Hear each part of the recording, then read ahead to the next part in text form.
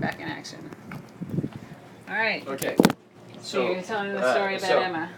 So at this point, this is, I don't know, maybe 6, 7 years ago. I had known Emma about 6 or 7 years, and I'd already removed 2 hooks from her jaw, which were very easy. I know it's going to be pretty hard for anybody, and I don't expect them to believe this unless, of course, they're actually on a trip with me. But these sharks become very much like domestic dogs, except they're a lot bigger. And certainly the footage that's out, that you can see this, for example, the one on Tarantino, another big tiger shark that I removed 3 hooks from over a period of 5 months, and then comes back and is chases me around to get her head rubbed. Clearly, without feeding it, clearly these are sentient creatures. A lot of this happened, or I should say accelerated tremendously when my business partner Sean Heinrichs, who is the star of Racing Extinction, asked me to help him with one of his films, which is the film working title is Why the Mermaid Cries. And basically he filmed a mermaid. To us is an underwater performer, someone that can hold their breath and do amazing things underwater. And Sean's vision for his film was to have a mermaid swim with all these different creatures, sailfish, manta rays, whale sharks, dolphins, whales, all these different creatures, while she's upset because we're killing them all. And he said, Jim, the last chapter of the film has to be with large predatory sharks. Figure out how we can have our model, who's Hannah Fraser, dancing with tiger sharks. And at that point, I thought that, wow, I wonder if I could get my crew to start giving the sharks a hand signal and rub their head. Now, we were already progressed into a point where we're not feeding sharks, we're attracting them with fish, but it's actually, in my opinion, counterproductive to getting close-up encounters for lengthy periods of time when the sharks are actually looking to eat. So we switched that years ago, so we're just attracting sharks rather than feeding them. And now I asked the crew if they would give a hand signal to the shark when they see it, and then when it comes close enough, rub its head. And the transformation from that period forward was unbelievable. In fact, if you looked at the making of the film that we did, Tigress Sharks, with Hannah Fraser, it was a peaceful protest on the war on sharks, the shark culling in Australia.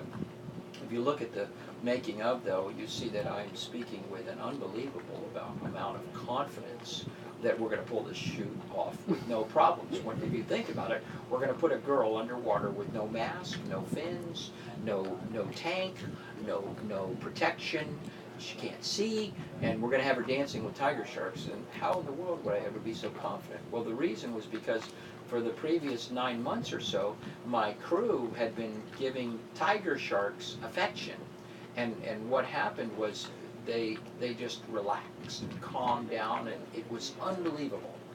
It was really unbelievable that these sharks are now like the Labrador Retriever that comes into the house and lays on the couch.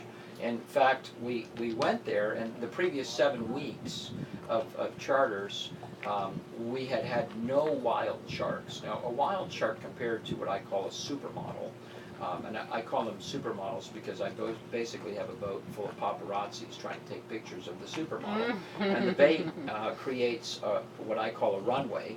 That's where the sharks go up and down, very similar to our human counterpart that works a runway with paparazzis taking pictures of her. So and if you have a supermodel, that to me that means a shark that is completely unconcerned with us damaging them. They've lost the fear of people completely because we're not chasing them or harassing them in any way. We're actually helping them. We remove parasites, we remove hooks. Mostly myself, but now my crew is starting to do this as well. The previous 7 trips we had all supermodels. So I was pretty confident that we were going to have all supermodels on Hannah Fraser's trip, and when we made tigress sharks, and unfortunately, a wild shark did show up. We had Matt Gutman on the boat from ABC News Worldwide, and he came up from the dive and said, "Oh my God, that's an aggressive shark. What are you going to do about that, Jim?" And I said, "Well, Matt, think about it. It was aggressive if you're a light or a strobe. And my strobes and lights don't bleed or complain. Basically, if you look at it from the shark's perspective, a wild shark came in and it's nervous. It doesn't know who we are, what we're there, or even if we're friendly. But it smells fish and it wants fish, and dead fish is white. So it's looking for things that are white. Well, that's strobes and lights, and it bit everything in the area while that was white. And I said, here's what we're going to do. And I said to the other crew member and the other the chef who hadn't been in the water, I said, you guys get in the water right now and smother that shark with affection. Smother it. And we continued to smother that shark constantly, I'd say 12 hours a day. How do you go about smothering the wild shark with affection? Well, what you do is you get in between the scent of the fish. You get in essentially what I call the runway, where the shark swims directly following this scent, and when it comes in, you give it a hand signal, and when it comes close enough, you rub its head, and the shark goes. At first, they're afraid, and after a short period of time, they're amazed. I'll give you the clip of the shark that we labeled Hannah Tiger after Hannah Fraser, and what about it's the unbelievable. gesture of putting your hand out? They don't mistake that for, like, your hand is white. They don't mistake that for? Well, first of all, fish? we cover up completely in black. Oh, We I cover see. everything white in black. Okay. The set of rules that I put in place to get the most out of our shark interactions is all the rules are designed to do two different things. One is to make sure that we don't look like anything they're looking for, dead fish. And the other one is to make sure that we don't do anything that is going to make this shark think that we're going to harm it. We're not allowed to even swim after a shark. So you Let stay, alone- like, you mentioned, like paparazzi, you all stay in a line? Exactly. Okay. We stay in a line and let the sharks come to us. Movement from us, if you swim towards a shark, the shark looks at that as an aggressive posture and swims away. They don't want conflict. That's the best thing to do. In fact, I'm writing a book now, which will be my fourth book on how to avoid being bitten by a shark. And that's one of the things in there. Because people, like for example, there were some horrific shark mistakes in the Red Sea a while back. And I believe I know what happened is the hysteria of the mindless man-eating monster is so prevalent in 99% of the humans on the planet because they don't dive. They don't know what it's like. They believe what they see on TV. And it's out of your And- control. It's not something that you can Correct. see coming, so you fear it. Right, and so if you, let's face the facts. My first shark encounter was a near-death experience. Even though I was very young at the time, I saw my first shark probably at the same time I had just seen Jaws, which was what? I was going to ask you about In Jaws. '75. Yeah. And Tell me about I your saw near-death this. I saw experience. this shark, and I swam. I was in the water, in shallow water, with my entire family. We're all snorkeling. Nobody's in the boat, and I saw my first shark, and I swam as fast as I could. The shark was right behind me, trying to get me the whole time. And then I got up on the boat, and I turned around, and my family is still in the water, in my mind, about to be consumed by a shark. And I said, Dad, quick, get out of the water, shark! And my father put his head down in the water and he said, Jim, it's a nurse shark, it's still underneath the ledge. It hasn't even moved. But in my mind, it had chased me back to the boat because that's what I thought sharks did. And that's the mentality of many people, the majority of the planet, still today. Where the truth is, if you swim away quickly from a shark, nurse shark's in a different category, but most sharks, they're predators. And predators, like land predators, if you run away, you look like prey. And they're going to go after you just to see what you are. Are you something that they eat? And I believe that's what happened to the people that were attacked, as they say, in the Red Sea. They didn't eat them. they bit them, and then they let them go because we're not part of their food chain. They don't want to eat us. It's a case of mistaken identity. So the best way to avoid being bitten by a shark, one of the best ways is if you're in clear water, swim right at it. It's going to know you're not what it's looking for.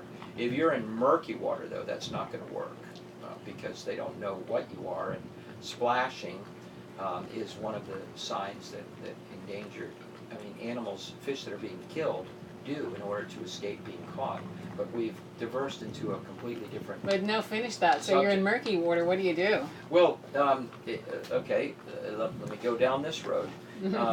You see, to address this properly, I get interviewed all the time for shark attacks, and for example, the North Carolina, South Carolina things that happened roughly about a year ago.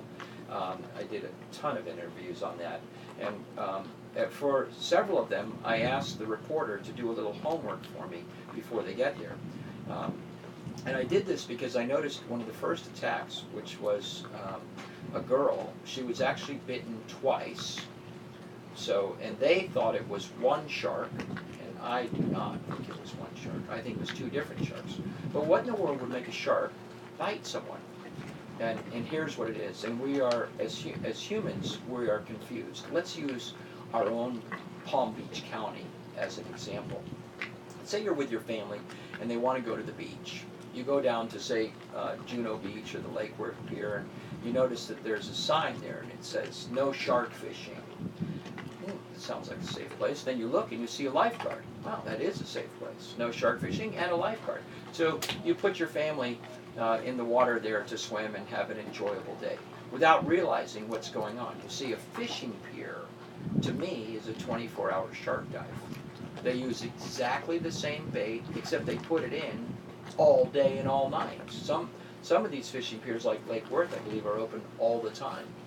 And but they have much better bait than we use, because as soon as you catch a fish, whether it's on a lure or a piece of fish that you caught on, is irrelevant. That fish, struggling for its life, emits an electrical stimulus and a vibration that we as humans cannot detect in any way. But sharks, if you think about what the shark does, that means there's an immediate source of food. All they need to do in order to be successful is beat all the other sharks to it. So think about the shark for a second from their perspective to fully understand why you should avoid swimming near anyone fishing, even just one person. Because to a shark, first of all, you have to bring in the topic of bait. Bait in South Florida is everywhere. You can buy it at gas stations, you can buy it at Costco, you can buy it at Sam's, at Walmart, you can buy it in some pharmacies, you can buy it in the grocery store, and of course you can buy it at fishing stores. Bait is everywhere. Anytime you go close to any bridge or any beach, if fishing is allowed, we're putting bait in the water. So we have a ton of bait that's put in the water all over the place, not to mention about 80% of all the boats that go out have bait in the water trying to fish. Mm-hmm. So the shark, in order to be successful, it has to do two things. Reproduce, that doesn't affect us, and spend less energy than it takes to get to its next meal. So under the influence of all this bait, majority of the time it follows the scent of fish and there's nothing at the end of the trail, so they swim very slowly towards that scent, just hoping that there's something there. But when they feel the presence of live struggling fish, immediately that means there's a source of fish there, and all they need to do is beat the rest of the sharks to it. So they come in at full speed, and anybody that splashes the water or that is close proximity to that struggling fish, they're going to bite it real quick and then go, yuck! But it's already too late. It's labeled as a shark attack. The shark goes on to find the source of the sensory system overload and moves on. So avoid fishing at all costs, even if there's a lifeguard there. A murky water fishing, it's all going to be kind of the same thing. And let's face the facts. I mean, something that nobody thinks about, except someone like me. That sign, no shark fishing, at the base of all those piers. I've never seen a shark up by the road reading the sign. And I don't even know if they can read English. It's ludicrous. There's tons of bait there. Sharks are going to be attracted to it, regardless of the sign. It means nothing. That's there to dupe the public, which they assume is stupid enough to believe it. It's not true. There's sharks everywhere there. So, have we covered the shark mistake I think so. enough? Back to what we were talking about, which was Hannah Tiger.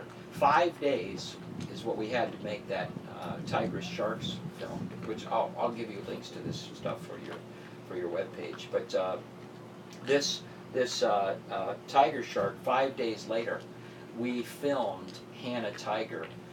There's one scene that's 1 minute and 35 seconds long, where the tiger shark, which can swim anywhere it wants, is keeping its head within 4 feet of Jason Harvey, our chef, who's giving it a hand signal and then rubbing its head. It's unbelievable. It shows beyond a shadow of a doubt. So she figured it out pretty quickly. Oh yeah. The signal Sharks and love the contact love and all affection, just like dogs. And it's very sad that a large percentage of the population believes that animals that can't scream when they're being killed, including sharks, can't feel pain. It's so sad. I mean, we even cook fish that are still alive when we serve them. That's horrific. It's so barbaric. I feel embarrassed that I'm part of the species that's doing this. But I believe that the time right now is so important.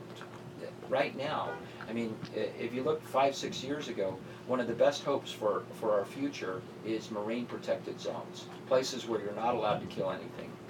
It gives our oceans a place of sanctuary where they can breed and try to repopulate the devastation we've already caused.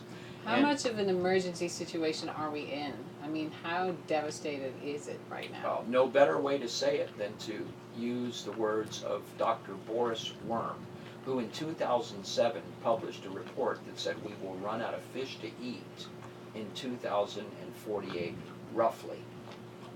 We'll run out of fish to eat if we don't change our current consumption practices.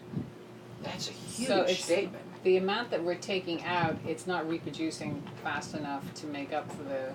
Our industrial fishing, we've basically declared war on our ocean's animals, and we are eradicating them at an unprecedented rate. We are very efficient predators, and we've taken past what they can predict. If you do a little work on this, you'll find, like, for example, one of the most expensive fish on the planet is tuna. Every year, the European Union says, okay, we can take 38 metric tons of tuna this year. And every year we take almost double that. And we've been doing this for decades. And it never seems to change. All that changes is that the number of fish we have goes down and goes down and goes down. Look, it's over 2 decades ago we ran out of cod. They used to say you could run across the cod. There were so many in the Northeast. Still, that cod has not come back because we continue to fish relentlessly. As a species, if we're concerned about the future health of our planet, we need to protect the biodiversity and abundance of animals that we still have left. We're headed right now for the 6th extinction. This one caused by man.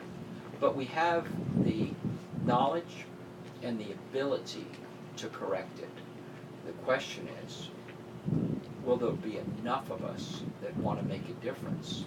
So how are we going to get through to people, and how are you doing that right now? Are you doing it through nonprofit organizations, or you're doing it obviously through even just bringing people out is certainly a positive way to get people to think about sharks, but in the bigger spectrum, the shark fins, is that a huge area that can be hit to stop getting slaughtering them for that? Like I heard somewhere that the airlines are now refusing to transport the shark fins. Well, I work with a bunch of nonprofits, and certainly there are tremendous nonprofits, and then there are ones that gather funding but just pay themselves.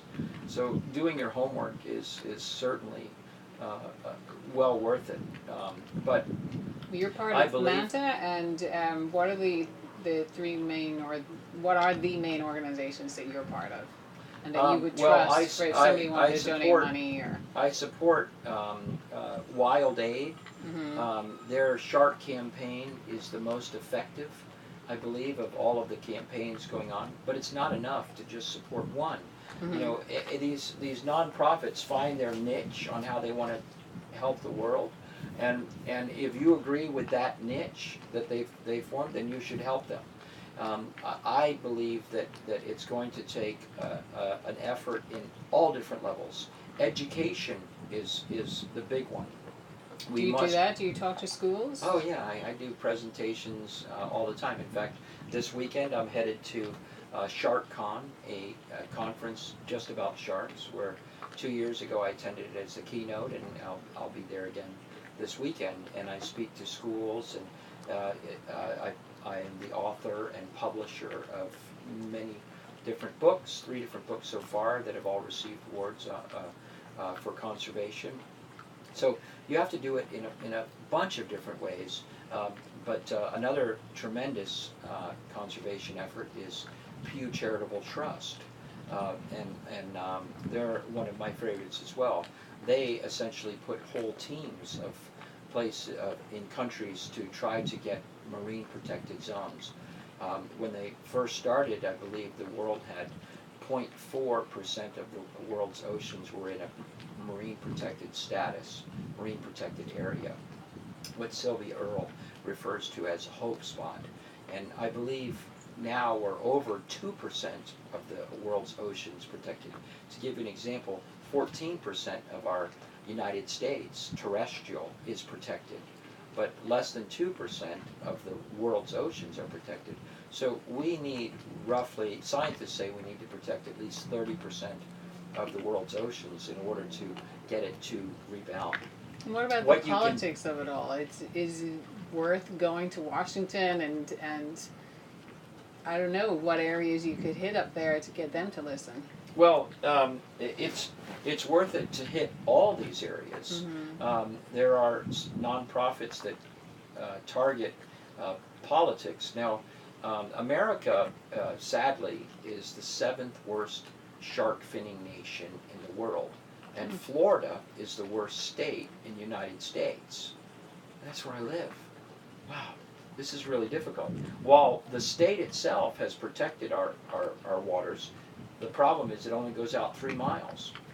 NOAA, who I believe, I've been told that their board has commercial shark fishermen on it, is trying to overturn, although they just failed, the 10 states that have already banned all types of shark fin transportation, selling, everything related to shark fin is not allowed in 10 states at the moment. But NOAA, our federal agency responsible for protecting our offshore resources, was actually, their law says that once you go off 3 miles, you're allowed to kill 34 sharks per trip. And that's happening, and that's why Florida is one of the worst states for shark finning. That helps make United States the 7th worst nation in the world. Who has the shark fin stuff in Florida? Do they export it? Oh yeah. The shark fin industry is a huge, multi-million-dollar industry. If you imagine you're a fisherman, and for example, the beautiful whale shark, an animal that doesn't attack man, the dorsal fin alone is worth $50,000. All you need to do is get it off the animal. Can you imagine? So there is a video online of a whale shark that's still alive on the beach with no fins. They took all the fins off of it and left it there. I love Wildaid's campaign. Their idea is to follow the footsteps of Nike. They find someone that's extremely well respected in the area. In China, they chose Yao Ming, Jackie Chan, and many of the world's Olympic gold medalists. And they talk to them about the problems and see if they'll help them make a public service announcement. My very next trip on this boat is with Wildaid to do an underwater Asian wedding public service announcement, as well as an Asian business meeting both underwater with sharks. It's nonprofits like this that are extremely creative. They make the public service announcement, and then they get airtime donated to them and air it where it needs to be aired. And I believe that Wildaid is probably the strongest nonprofit stopping the demand for shark fin soup in Asia, because that's where they target it, and they're very, very effective. But it's going to take a myriad That's been of like a tradition in Asia for a long time, right? The shark fin soup. So I mean, Yes. that would be like telling Irish people not to eat potatoes anymore. It's going to take a lot of time to break even that stronger than tradition. that, because Yeah. it was considered to be Or food Italians not to only eat for the pasta. wealthy. Well, it was considered to be food only for the wealthy. The problem is we have a lot of very wealthy Asians now. So now it's mainstream. And now that the demand has been cut severely, they say it's down 60 or 70% now. And I think a lot of that has to do with the simple fact that shark is poisonous. If you look at it, shark and all large animals in the ocean carry high levels of mercury, which is not just a poison, but it's also a terrible poison. The only way you can get rid of it is to pass it on to your children. One of the few poisons that can get through the membrane that protects your children doesn't work with mercury. And so it's the awareness that's coming about because of all of this. I mean, there's really no reason to kill a shark. You can't eat it and be healthy.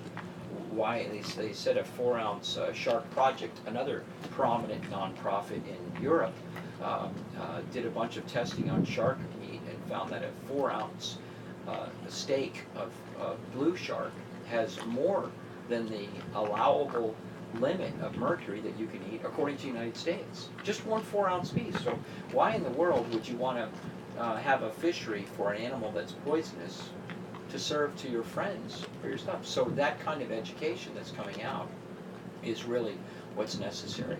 You know, my generation was raised thinking that the sea was an inexhaustible marine resource, and certainly my generation is responsible for killing it. I'm hopeful that our children will be raised with much more awareness about nature, so that we can do much more to protect it while we still have it here. If we don't, you know, what we do in the next 10 years will predicate what our planet looks like for the next 10,000. Okay. Thank you so much, Jim Abernethy. I really appreciate all your time. That was amazing talk. Lots of information. And I look forward to watching your videos online and YouTube. And you have some various books that you've written. Tell us the names of your books that you've... Well, I partnered with Jen Nolan to write a series of books, two different. One is for everyone, and that's the close-up series. So far we've done sharks up close and turtles up close. Very happy that my shark book was actually determined by some lobbyists in California to be the best shark conservation book out, and a soap company in England paid for 840 of them to be distributed to our U.S. senators and state representatives, and it was actually read on the Senate floor, which was a big milestone for me, because as a conservationist, that's why I wrote the book, and that's why I self-published it as well, so that I could better control where they're going for good causes. But we also have a children's book that we've only have one book in that series so far, and that one's called The Secret of Pig Island. It's the beautiful story about a pig that swims in crystal clear water. Unlike most children's books, it's pictures rather than graphics, because these pigs actually do swim in crystal clear water. And it's the star of the book, his name's Plato. As the name implies, he's a brilliant pig that realizes that his species, pigs, are very messy, and he got his own species to clean up the island. But he found another species on the planet, humans, that need to take care of their only island. earth.